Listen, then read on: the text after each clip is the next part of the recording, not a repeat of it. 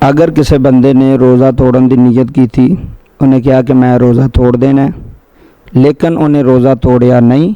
उलमा फुकाहा फरमाते हैं कि उहदा रोज़ा नहीं टुटेगा, उहदा रोज़ा मुकम्मल हो जाएगा। मसलन बंदा कोई गर्मी दे विच जा रहा घर, उन्हें नीयत कर ली, उन्हें कहा जी मैं घर जाके पानी पी लवांगा, मेरे को बर्दाश्त नहीं हो रही गर्मी, बड़ी गर्मी है, सख्त गर्मी है, तो मैं घर जाके रोज़ा तोड़ देना, घर जाके खावांगा, घर जाके पीआंगा। लेकिन उहदे ईमान ने उन्हें इजाज़त ना दी, उन्हें जाके रोज़ा नहीं तोड़िया, ना कुछ खादा ना कुछ पीता,